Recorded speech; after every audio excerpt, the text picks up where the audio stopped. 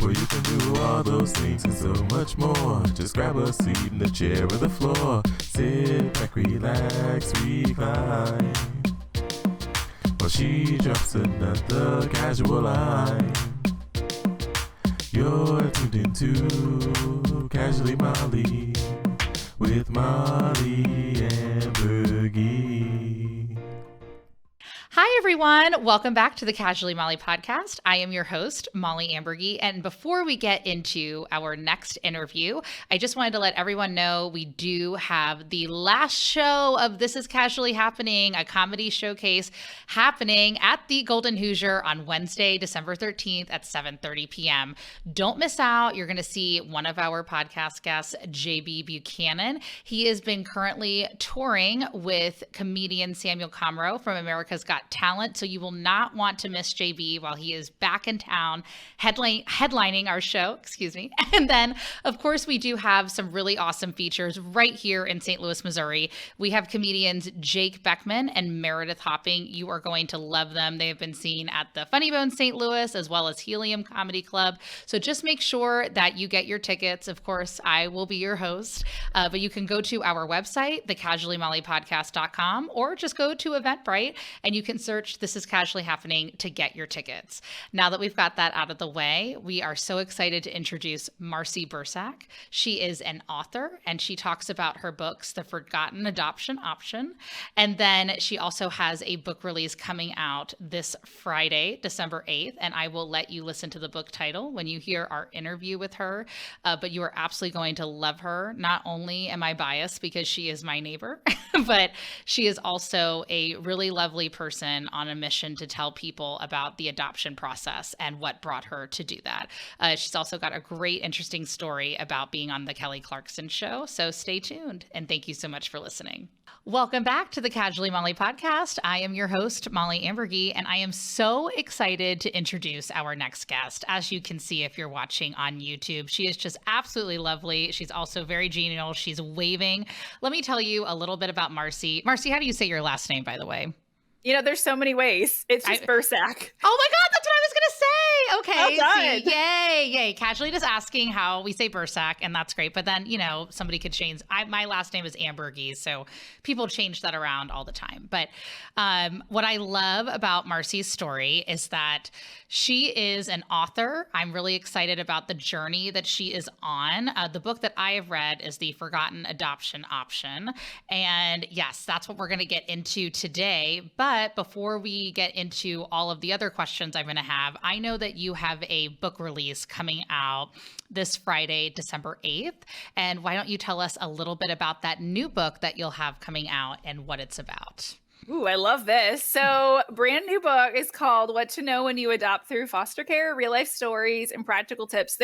I think we're going to talk a little bit later about Pilot Pen and the Kelly Clarkson show. So not to spoil that at all, but this book, the intention, I had a funder that said, if we gave you this grant, what would you do? And I slept on it because I really wanted the grant. And I thought, what's the thing I haven't scaled yet? And this book is so incredible. I have over 55 anonymous stories. So my husband and I are in there. You don't know which ones we are. All the pronouns are just clean and simple because we want to help you understand the real and the raw inside of the foster care adoption system. And a lot of that is, this is how you as that parent, that future adoptive parent, can really muster through the process. So this book is wonderful to give you a high dose of reality, a lot of great advice. And it's really me and my friends just circling around you and telling you who these kids are and how to adopt them.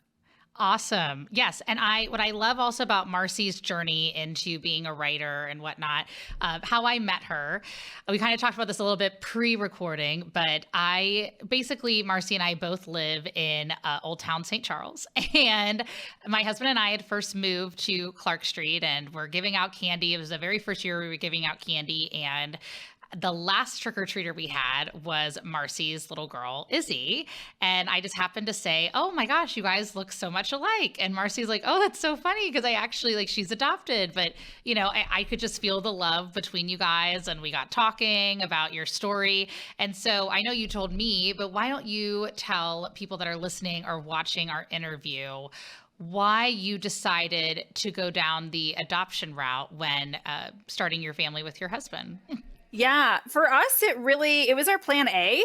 Some people are motivated. A lot of people think, because I actually got asked by some people like, oh, are you guys having an infertility journey? And while that's a very common conception that people think, oh, that's why you adopt, it's actually only about 20% of people do. There's 88% of us have different motives. And for us, I had served in an orphanage overseas in Europe. I worked for a week with older girls, and I got to learn about their future, which did not include anything that I would have imagined or wanted as a teenager. I was in my early 20s. And then my husband, his grandfather, Sam, actually grew up in St. Louis City, not too far from where your studio is. Okay. And when Sam was 7, his mom and dad died of pneumonia within a few months of one another, leaving 3 kids. They were first generation immigrants from Serbia. And they didn't have family. There was no family in America. And so what happened was Sam's 2 older siblings got taken in by a family that needed kind of help on their farm. So almost like indentured servants. And Mollie, Sam never got adopted. He was a young boy. He'd gone through trauma. He'd gone through loss. So you can imagine, if you, that person, right? Like you probably weren't warm and fuzzy on the outside either. So my husband grew up with Sam, who spent his life, like his early years, begging for food, sleeping in the back of grocery stores, and just making it. Sam ends up later really having an incredible American dream experience, meets a wonderful lady, ends up opening his own business. He sold used cars, used some of his street smarts, and sold some of those cars to maybe some gang members. That's okay. So he had some cool stories in there. But for us, when we were dating, I was like, hey, just so you're aware of my heart, like I went overseas and saw this. And that I don't want to even know if my body can have biological children. I know that I saw a huge need. And my husband said, I'm 100% on board with you, which I was very surprised to hear. But he said, but they need to be in the US. And I was like, well, how do you do that? I didn't know how to adopt older children in the US. And that's, once we were married, it took us about 5 years to understand that you can adopt through the foster care system without ever being a traditional foster parent. Like you can just say, I would like to adopt children that are legally adoptable, and you can adopt children. There's 113,000 that remain, and my husband will not let me have a dozen kids or more, maybe a couple thousand. So I now teach people how to go through that process so that we can help all of the children that are waiting have a forever family. Absolutely. And that's the thing, when I was reading your book, I really had no idea how the adoption process works either, because sometimes I feel like when I talk to people, whether they've adopted, whether they haven't, sometimes it's like, oh, what an intimidating process. Like, how do you go about this? Like, it's crazy to think of, because it's also too, there are people who I have spoken with and they're like, oh, if I adopt, like, am I going to be a parent that's going to be approved by law? Like, what's going to happen? And these sort of things. So what was going through your mind when you guys first started the journey? I mean, obviously you were like, yes, we're going to do this. This is going to work. I was yes.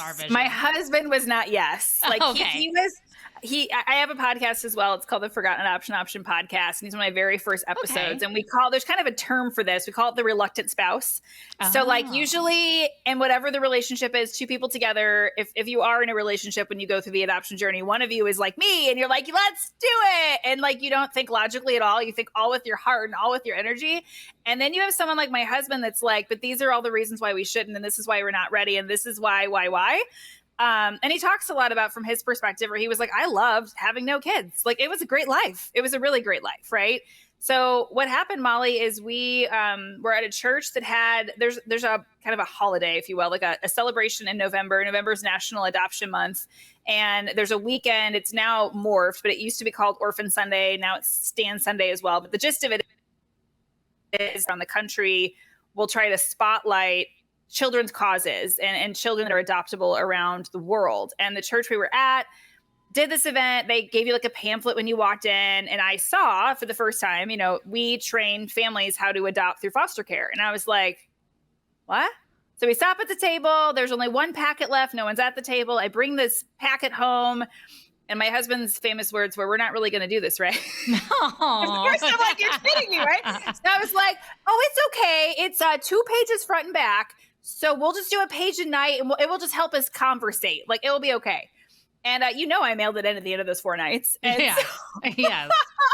I just got us moving in the right direction. Yes. But there comes a lot of doubt in that. I remember, once you're far enough in the process, you get to start reading profiles of adoptable children. And there are things you read or things you wonder that you're like, well, what if? And you have a lot of that. That was me for a good season. And my husband had to sit me down one night. He was like, hey, if we had biological children, it would not eliminate any of these things you're asking. Like you just need to understand that like there's no guarantee that they will or will not have this need or make these decisions. And I would say, Mollie, I'm still growing in that space. My kids are now in middle school. And so it's a whole world where, I think as my kids have gone into the education system, even just helping them understand their identity in a system that isn't necessarily set up to talk about that. So for example, early elementary, my kids were asked to bring in a baby photo. My kids don't have baby photos. So we had to kind of figure out how to navigate that one. Mm-hmm. And then in 5th grade during the pandemic, my son was told he could write a paper on any topic he wanted. And he said, I want to write about foster care adoption. I just come out with my first book that you've read, The Forgotten Adoption Option. Mm-hmm. And, when you Google that, you get a lot of heavy state jargony, like it's not even understand language. So he's trying to like write this 5th grader paper. And his teacher goes to him and says, honey, like, this is really sweet and all, but like, you should probably pick a different topic because this is complicated. That's what my mouth did, Mollie. You're dropping your mouth for those that are listening to us. And my son said, Mom, I told her I was still going to do my topic because I wanted my peers to understand me. Like I wanted to represent and bring that out. And so just helping your kids navigate a world that maybe isn't first and foremost there, which I think in some ways might have led it to, I launched a lesson plan earlier this calendar year with 2 local Girl Scouts where we go into elementary schools K through 5. And I have a children's book called Her For You, A Forever Family. And we talk in a classroom setting to celebrate families where children have been adopted. And it's been like the most beautiful thing. I had a great experience in a kindergarten classroom in St. Louis County. And this little girl was so excited we started the lesson and she raised her hand and wanted to tell the class she was adopted. And we provide all this material so the teachers are very equipped for pretty much anything. And this little boy next to her was like, well, why were you adopted?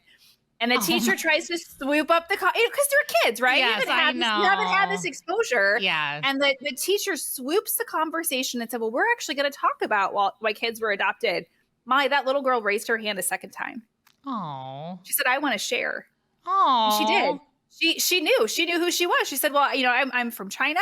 That's where my first family was. And they couldn't take care of me. And my mom here, because she's a single parent, my mom here, she wanted a baby. And so in my children's book, I look at different demographics of people that adopt. And sometimes it's a single parent. And to me, that was the coolest moment because she felt like I have seen, like I see myself in this book. And furthermore, look at her confidence telling her entire class her story. Like that to me, like we can talk about adoption without it being weird, Yeah. I think that's the thing too, is that like, there shouldn't be, lack of a better word, like a stigma attached to it or anything like that. Like, I just feel that I'm so glad you're highlighting all of these things because especially too, for that little girl to raise her hand a second time is such a testament to how her mom is explaining to her and how well she's explaining to her that you are special. Like, you know what I mean? Like it reminds me, my mom had me later in life. So everybody's like, oh my gosh, your mom had a baby in her 40s. And like, I remember like people would be like, well, why did she decide to do that? And because my mom gave me the tools to be like,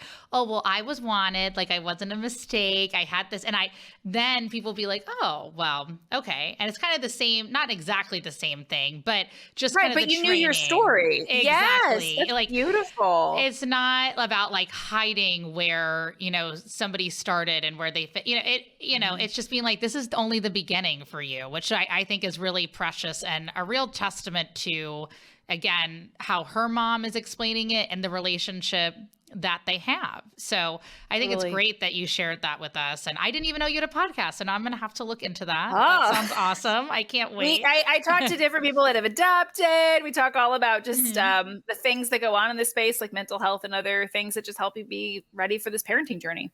Absolutely. And I'm sure too, what's nice is that with the book and then also bringing the podcast into it, it's almost like creating a little mini community. Because like what we've talked about is, again, people get overwhelmed. It's a kind of an unknown territory. It's maybe like not something everybody always talks about. But as times are changing, I remember I went to a gathering that it was like somebody's kind of like holiday dinner, and they were talking about this woman who was like, oh, she got really touched by one of her students. It was like a Miss Honey situation where she like saw Matilda and ended up, adopting her. It was kind of the same thing. And people were like, oh, well, she's not married or she doesn't have a husband yet. And I was like, but who cares if this woman is responsible enough to be able to take in a child and love that child the way that, they should be. I personally think that's great. But so, yeah, just like Matilda, you're putting adoption on a platform. So that's awesome. Good for you.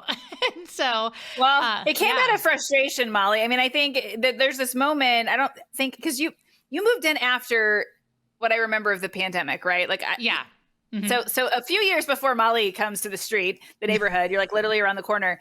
The pandemic happened, right? And I had a really early case of COVID. It was like pneumonia plus COVID, and I couldn't even get tested because I wasn't 65 or older. I was too young. It was like the strangest thing. I was like, how does that happen? And I was like laser focused, like many of us were, on my screen. And I got an email from a local agency that was like, hey, can you copy paste this paragraph? And they were recruiting families from like specific zip codes or counties. And I read it and thought, am I the only person that like has friends that are like maybe in other countries or other states? Because I was like, how on earth are like the right people going to find that message? And it just stuck in my mind, Mollie. I kept chewing and chewing on it. And it was like, this is not effective. Like this could be better, right? Like I'm sure it was working for what it was, but I saw this like macro view of somebody ought to figure out how to be more cohesive in this messaging. Somebody ought to put these kids in that positive light that they deserve, because that's not the first thing that on default people think about when they think of foster care, right? And so it's like somebody ought to do that. And, famous last words, of course. So I made a piece of paper of all the things someone ought to do. And at the end of it, I was like, well, I could like maybe spend an hour, like a week, just trying to do something. And it was sort of an accident, Mollie, because in the process, I was like, I've gone through this, and we had already been having friends ask us to teach their friends how to go through this process. So in my living room, people would come for 2 hours after my kids would go to bed. I'd explain, and it's complicated and not a straight line. And my husband was always like, I think we scared them. And every single time they went and did it. And so it was like, maybe it's scary, but they're doing it. Like, I wish someone would have told me all this stuff. And so it really just kind of like, and what actually happened, Mollie, here's a fun fact here is, while we were waiting, our adoption process was supposed to be like, oh, after 4 months, you can set a legal date with your kids and you can go finalize things and get a court date because they have to live with you 6 months. But they're like, oh, it'll be 4 months. We're 9 months in, Mollie. We're 9 months in. And they keep changing what the future is going to be. Like, oh, it might be this instead. And I'm all like, I didn't sign up for this. Like, I signed up for adoption. Like, finalizing. I could have had a biological child by now. Like, this is obnoxious. And I just was like in a really sad moment of self-pity. And for me, out of that came, well, this has to be on purpose. Like there has to be a reason why this journey's delayed. And I went and talked to my husband in his art studio and was like, I think we could teach people what this is like as a parent. We don't need a bad talk. We agree. We didn't want to bad talk the bio family. We didn't want to share why our kids were in care. But if we could tell you what it's like to go through this process as the adult, as the person wanting to adopt, maybe you do it too. And during that time, Mollie, I was part of this local like collaborative of all these different nonprofit agencies that were helping to recruit families. And one of the social workers, I'm like the one community mom. Everyone else is like social workers. So I'm like the untrained in the room. And one of them said, for every family that adopts through foster care, over their lifetime, 7 of their friends and family do the same. And so, Mollie, what I started doing is I started making note of those families we were coaching and teaching in our living room. And when my number got to 15, I thought, how high can I go in my lifetime? Because this is working. And so it's all just, I mean, to me, it's like until every child is adopted, like there's work to do. Absolutely. No, and I love the idea too that you made it like a non-intimidating setting, like just having people come to your living room. Like, because a lot of times you read things and people are like, here's a seminar and here's this. And I feel like those kind of, it's all about the vocabulary and the delivery. Totally. And this is coming from a theater girl. I mean, like, it's all about how you say something and having you be like, oh, you know what? This is not to be like, this has casually happened to me, but like, you casually adopted and you had people. And I know there was obviously more than just a casual process into making that happen. But I really admire the fact that you and your husband made it more intimate and less of a like less of yes, it was teaching, but it wasn't like, here's what you need to do. It's like, everybody has their own story. Everybody has their own journey, but let us help you navigate through that point without having to because, you know, people, again, like any parent, I feel like is like, oh, I want to be the best parent and I want to do well. And especially like when you're taking a person in, it's not just like, it's emotional. You just want to make sure you're doing the best decision and making the best decision, especially, you know, if you're going to be a dynamic person in somebody's life. So I really respect you for that. I could go on and on. Well, it was not intentional. To us, it was more just like they wanted to learn something and our kids were in bed. And so we had that time and we had a living room. And so it just made it, and they knew our friends. So it felt like familiar people, right? Like you just kind of by extension knew these people. And it's interesting to hear your take on it though, because you're right. Like sometimes when things feel more like a sell, or it kind of dehumanizes it. Where in this space, I'm like, I'm just trying to teach other people to do what I've already done. Like that's all. I'm just trying to teach you how to be a parent for these kids. That's it. Yeah, that's it. It's not an infomercial. It's like, you're not like, call this number today, you know, like it's just like, here, let's actually sit, let's have, because, you know, a lot of times, especially with my marketing background, as you have worked in marketing as well, it's just like, it's a lot of just like, you know, there's a lot of pitches, there's a lot, but you made it very intimate, whether you meant to or not. And I think that was a great idea. Just casually meeting. Well, it was accidental. We didn't want to say no when people were like, because I had blogged as we got, you know, delayed, and people just had questions. And so it was like, well, at first I felt like I got offended, Mollie, because some of the questions, like, that was like, are you guys struggling with infertility? And it's like, why did you ask me that? And like, you don't know what to say. Then I think over time, I've learned that, like, I want people to feel comfortable asking anything, even if they don't know how to deliver it, because it's important that we talk about this. And it's important that I can hear what you're saying versus hear the words you're saying, right? It's like, you were just curious because your paradigm didn't include people like me, right? Like there are people across the country that we do choose to adopt by choice. Like that was my very first choice. It wasn't my second or third. And it's okay if it is your second or third, but it doesn't have to be that story for everyone. And we can teach each other to think things differently, right? If we tell them our stories. Yeah, there you go. And it's also about exposure too. Because like, again, I have not really met anybody who has adopted. So when you were saying that, I was like, oh, I would love to know more. Because, you know, a lot of times too, it's like, you see a lot of celebrities. Like I always think of like Sandra Bullock or Angelina Jolie, who are lovely, and it's great that they adopted, but I don't know them personally. Like I can't just be like, so Sandra, tell me what's going on. You know what I mean? Versus I'm like, here, and you know, also it's a lot of times what I have at least heard is that people will, again, like when people say, even though they maybe don't mean it to come off ignorant, it does. It's like, oh, you know, people, they're a celebrity, so of course they can adopt. And they make it sound so unattainable for the average person. And not that you are by any means average, but here's my neighbor just right around the corner. And you made that possible and made it a number one choice in your life. So what I'll ask you too is like, you know, speaking of attainability, what was, I guess, like, you know, everybody has like their peaks and their lows. What was like the most like exciting part about adoption? And then also maybe what was maybe kind of a hardship or a challenge of the process that you would like, you know, maybe to be easier for other families who are looking into that they're like, hey, you know, I'm looking into this, but what can I look forward to? And maybe what is something that I might run into that could be a problem or a challenge? Those are really, really good questions. And I will say too, to the point of what you were saying about attainability, I think one of the things that kept me, and I don't think I adopted the wrong children or that I adopted late, but I think if I knew what I know and what's fact, I would have moved faster. And that is that to adopt through foster care, I often say it's not a financial question. And people are like, wait, what do you mean? Because when you adopt an infant or you adopt internationally, you're dealing with tens of thousands of dollars. Yes. And then people are like, my heart wanted to do that, but like, no can do, right? Like finances, budgets can't do that. And that's where I was for a while thinking, gosh, that's expensive. And then you look at the foster care adoption space and the cost per child's $0 to $2,500. The state pays for healthcare until the kids are 18. You have access to certain childcare facilities that make summer camps and after school programs free. Like this really is not a money question at all. This is really about, can you help and lend a hand? And I think that's, if your listeners can hear one thing, it's like, please don't let a price tag be what stops you from adopting, because in this space, that's not a hindrance.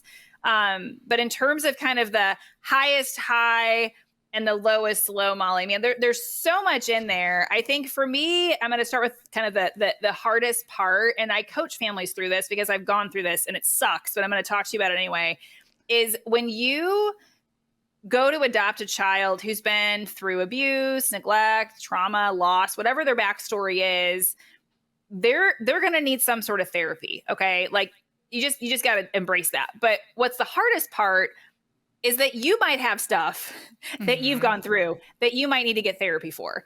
And for me, that was the hardest part of this journey is you can muster through things changing and delays and all that, but to really address your own wound. Yeah. And like, I remember talking to my husband about like, I need to do this because I know if I can put myself through this, that when it comes to my kids, they'll know mom has a therapist. Maybe this is their name. She did this too. This isn't just, oh, she's prescribing it. It's that she modeled it. Right. Mm-hmm. And that was hard work, Mollie. That was hard work. I came home some nights after therapy because my boss was really accommodating at the time and I could make that into my schedule. But I remember feeling so raw and empty. And so some nights I just told my husband, like, I just want you to leave me alone.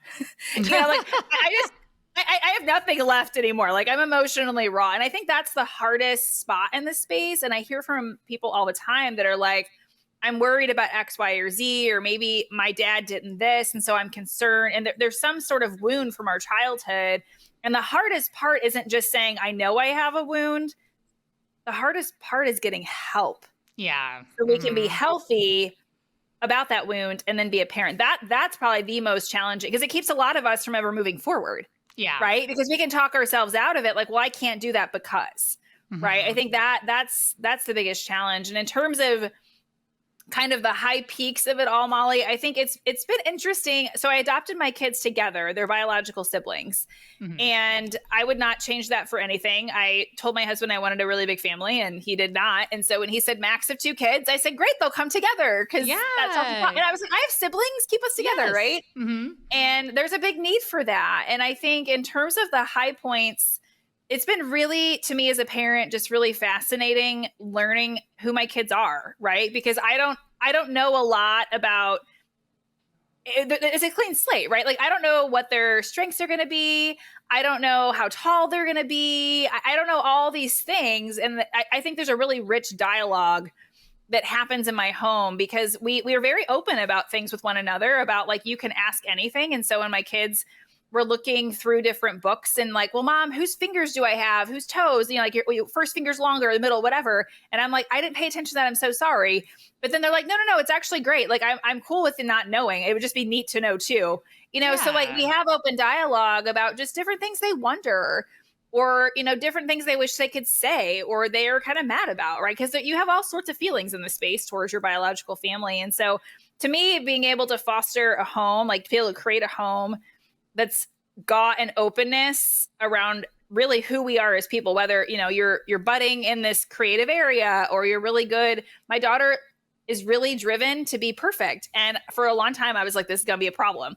But then like a year ago, I met an accountant that was like, I love my job because I get to be perfect. And I was like, excuse me? Oh. And she explained to me about how like she knows there's an actual answer to everything in a certain format and way to do it. And so I've talked to my daughter and she's actually interning now for my nonprofit in accounting. She's my accounting intern because I was like, you want to be perfect. So like just those things are just so fun.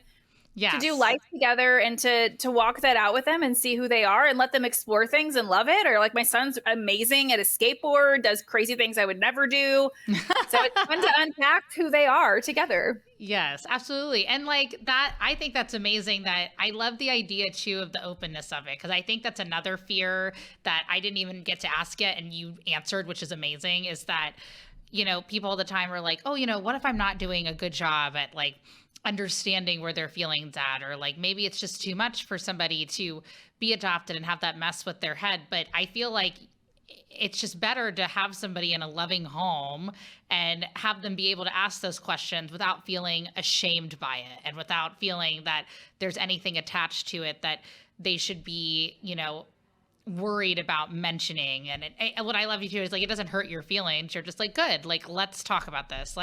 And then the other stuff I didn't even think about. I'm like, oh, okay. So, I mean, that was very enlightening. So I appreciate you sharing that. Yeah, you're welcome. But back to your point of like, how do you deal with talking about it? I think for me, I have to do my own work, right? Mm-hmm. Because there is another mom.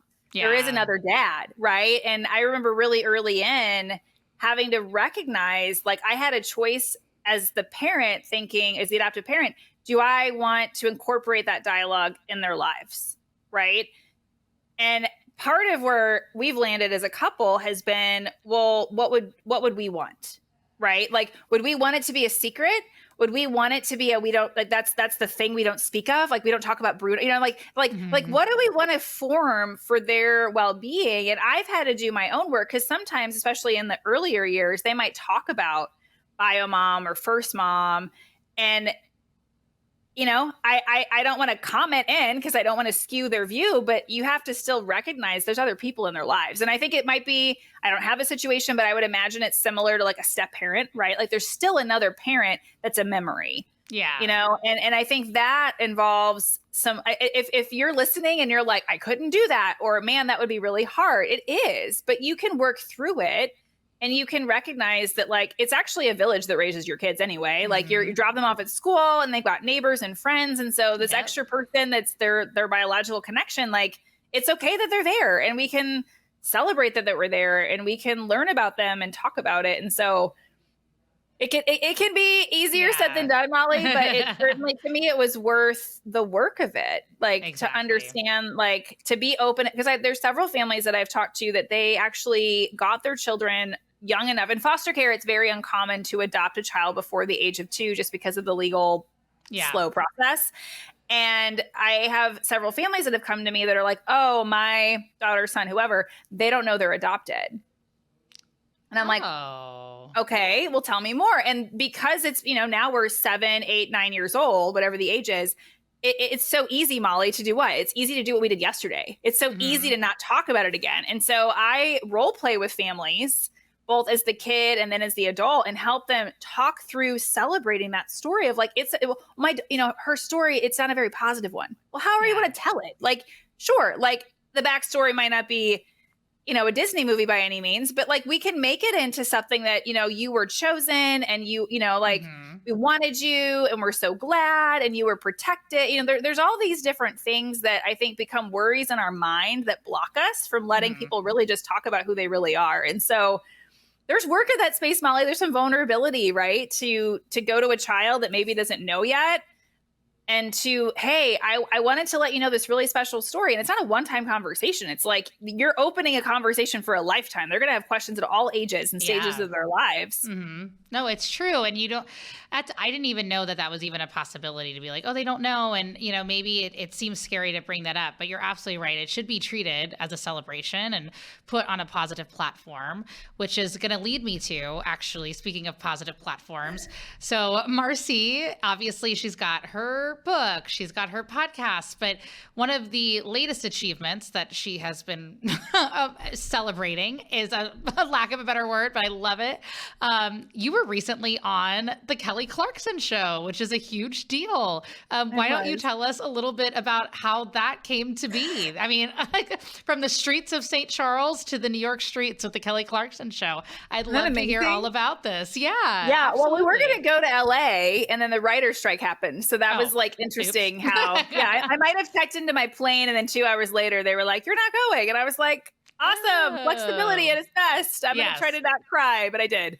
I was a little sad. But basically about a year ago, Mollie, I am constantly looking for new audiences to reach, right? I think if we can tell more adults about the opportunity to adopt through foster care, we can help more children. It's a really simple math game, right?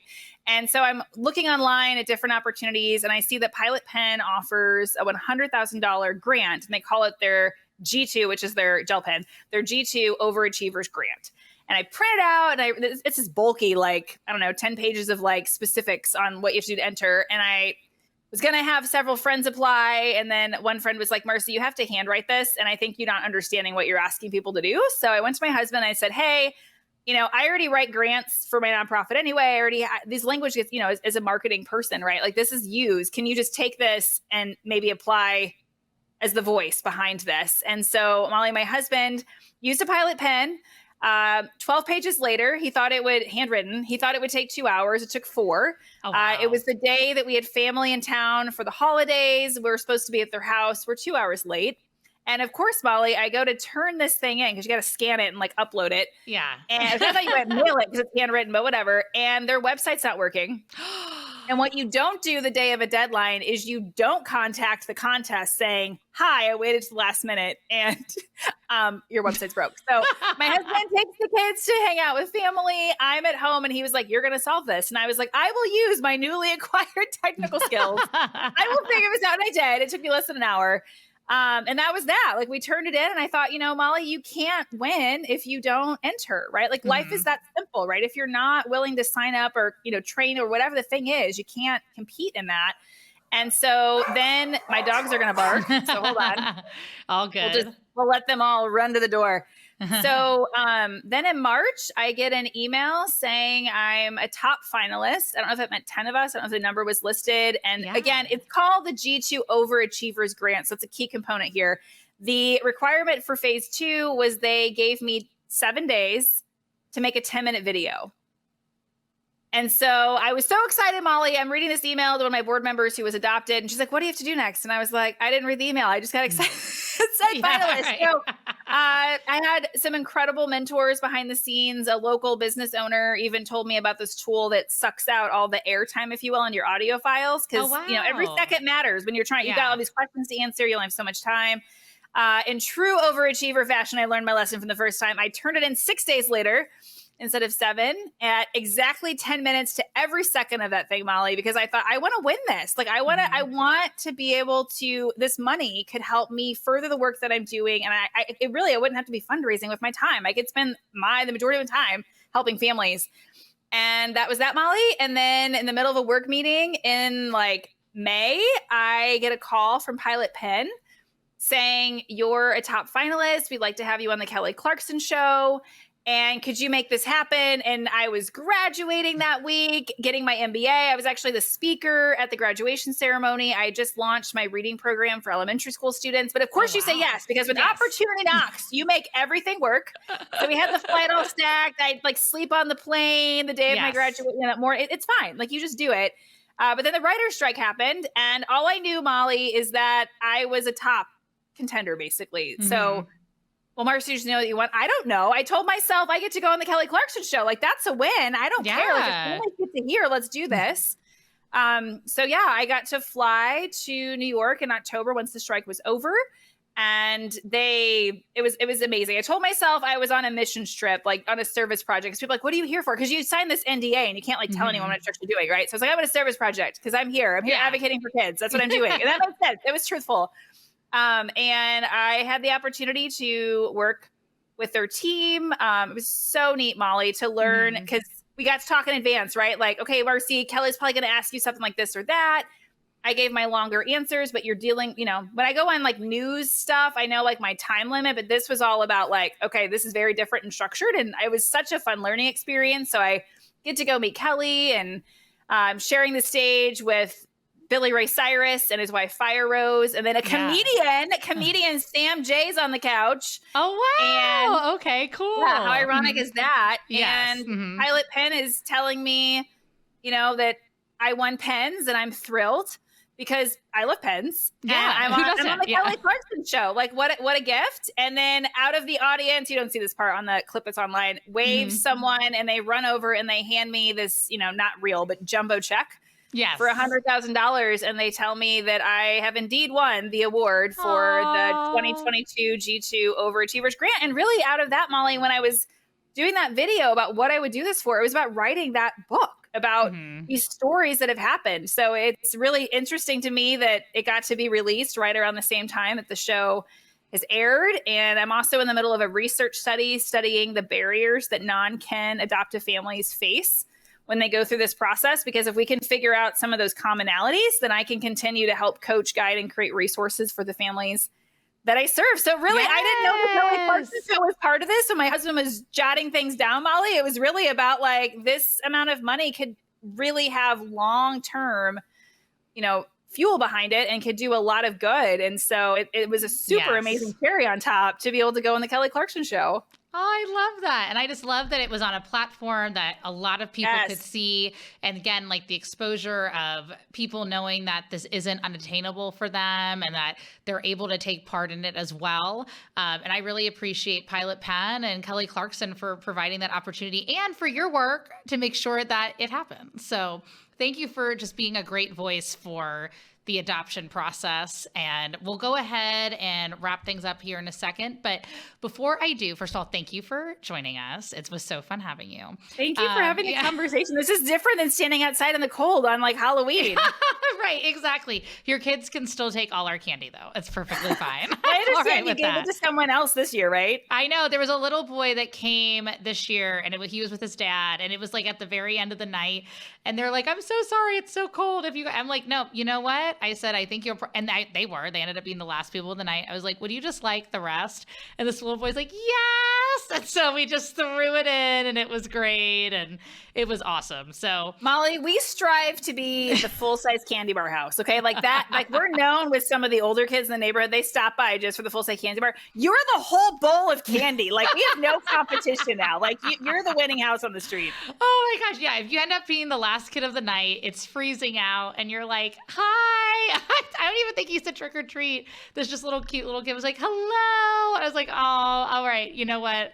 I get it. I was like, what that's a force to be reckoned with right there. When you're that dedicated to get your candy on Halloween night and the wind is blowing and everybody's cold. But Mollie will reward you. I'll reward. See, you can get candy bars. You can get a bowl of candy apparently from me, but you got to be, it's like when you have to have that like caller number 10, you just have to be visitor number 10 and then you can get a whole bowl. It'll be great.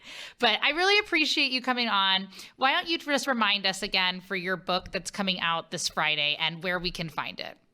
Yeah. So the book that comes out on Friday in paperback, it's also available in ebook and audiobook. If you want it early, those are out.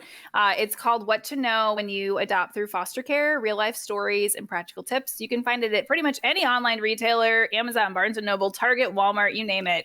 It's available for you and it ships plenty of time before the holidays. So if there's someone in your life that maybe has talked about adoption one day, yes, this is a great resource for them. I will tell you that one thing I've learned in this space is that it's similar to when people, maybe you know someone in your life, maybe this was you, right? Like you were trying to get pregnant and you didn't tell anyone except for like your immediate circle that you were pregnant or that you were trying. And in the adoption space, it's so similar that if you're even thinking about it, you're not telling people. And so it's such a private decision. You don't, if you happen to know that family member that's told you, consider yourself so fortunate because people don't often broadcast to the world that they're thinking about adopting until they're actually adopting. Yeah. So this is a great way to help people privately be able to discern that and the comfort of their own, wherever they want to be. And when they read things, the stories are really real and raw. I've had some people ask like, so if there's kids around, like, and maybe we're doing your audiobook, are there certain chapters we should avoid? And my answer to that is this book is written for an adult audience. And there are some very real things in this book. And they're deliberately there because I want to be real with you and prepare you for what could be ahead and what you should be aware of. So I do not recommend playing it out loud. It is not a family-friendly companion. Is it a great conversation topic if you want to bring your children into it? Great, but it is definitely intended for an adult ear. Yeah, nope, that makes total sense. I appreciate it. And of course, you can read the book too that I read called The Forgotten Adoption Option. I may come around the corner and get my big size candy bar and then have you sign my book. So that'll be great. I love this idea. Yeah, The Forgotten Adoption Option is also an audiobook and ebook, and a lot of libraries have the book. So that's an easy way to get it as well. Yep, it is on the Day Household Library. So it works for me. I love it. And then the last thing we asked before we let our great, interviewees go, what are you going to casually do now that our episode is over? All right, Mollie. So what I'm casually going to be doing is I have this pile of laundry that I'm going to be folding. It's going to be casually great.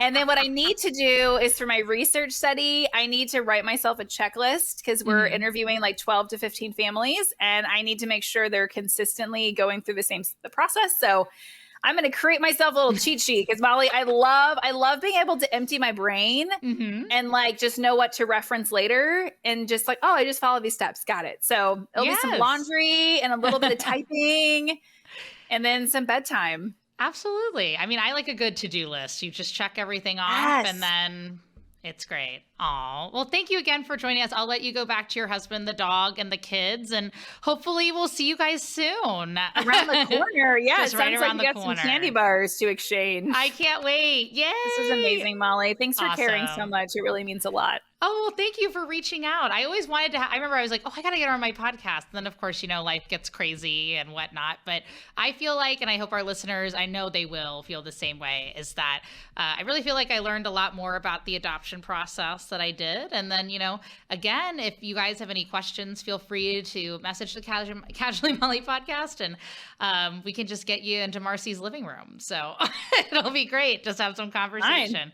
Oh, Yeah. and one last thing too, where can people find you on like social media? And I know we'll share this on our socials and everything, but if they're looking into being like, oh, hey, I'd love to know more about Marcy and what her mission work, where can we find you for that? Yeah, all of my social accounts are public. So if you have a question, just reach out. I'm on Instagram, LinkedIn, and Facebook as Marcy Bursac.